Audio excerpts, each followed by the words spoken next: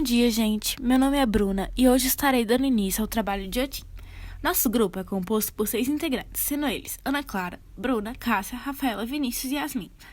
Começando pelo trabalho de artes, a obra escolhida pelo grupo foi o Troca-Troca de Jarba Lopes, que nada mais é do que o Fusca que é encontrado na entrada de Otim.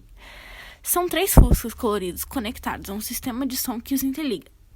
O troca-troca consiste em um longo trajeto percorrido por Jarba Lopes e 7 amigos que foram de carro do Rio de Janeiro a Curitiba.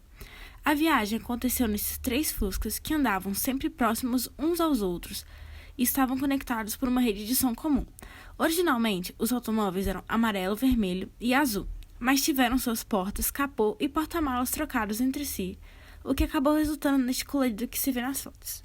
Sobre o autor, Jarba Lopes, nascido em 1964, no Iguaçu, Rio de Janeiro, formado em artes plásticas, bacharel em escultura na Escola de Belas Artes da UFRJ, expõe desde 1990.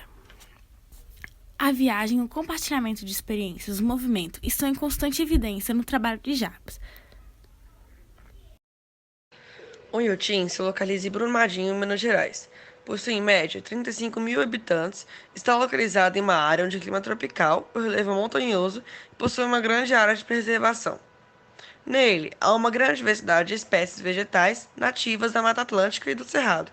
São cerca de 411 espécies divididas entre árvores, arbustos, herbáceas e lianas. Brumadinho tem como sua principal fonte de economia a mineração. Ultimamente houve o rompimento da barragem do Córrego do Feijão, que havia sido construída com o intuito de conter os rejeitos de minério de ferro. O rompimento dessa barragem resultou no escoamento de lama que atingiu parte da área administrativa da empresa Vale. A parte da comunidade local. A população deve evitar o contato com os rejeitos da barragem por causa da presença de ferro, manganês e alumínio, que são os materiais presentes nos rejeitos, e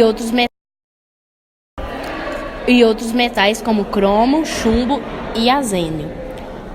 Esses metais podem ser muito prejudiciais à nossa saúde, por isso devemos evitar o contato.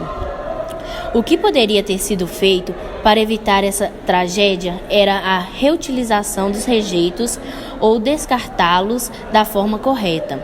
Outra maneira seria transformar os rejeitos em cimento ou em pigmento, embora exista tecnologia para fazer isso, não são realizadas esses investimentos. Há espécies que sofreram adaptações para que pudessem se desenvolver no local. Podemos citar como exemplo as orquídeas da Tailândia e as vandas, que foram capazes de se adaptarem no clima da região. Outro exemplo é a guarajuba, que tem como nome científico Terminalia acuminata. Ela está em risco de extinção e sofreu adaptações para que se desenvolvesse no parque. Há também cactos que foram adaptados para crescerem em cima de algumas árvores da Mata Atlântica.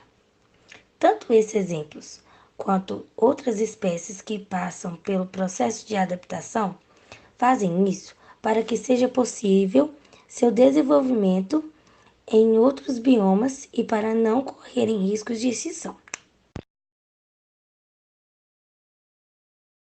Como dizia Pitágoras, o famoso filósofo e matemático grego, o princípio de tudo é o número, ou seja, tudo que existe obedece às leis e princípios matemáticos.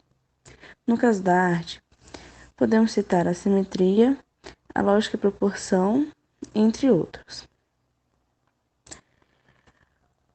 Podemos usar como exemplo a obra Troca-Troca, de Jarba Lopes, que já havia sido citada no vídeo anteriormente. Essa obra utiliza de 3 fuscas, cada um com uma cor diferente, que tem suas peças trocadas e assim criando 3 novos fuscas inovadores, com mais de uma cor presente em um só. e eles utilizam da simetria para poder fazer essa obra.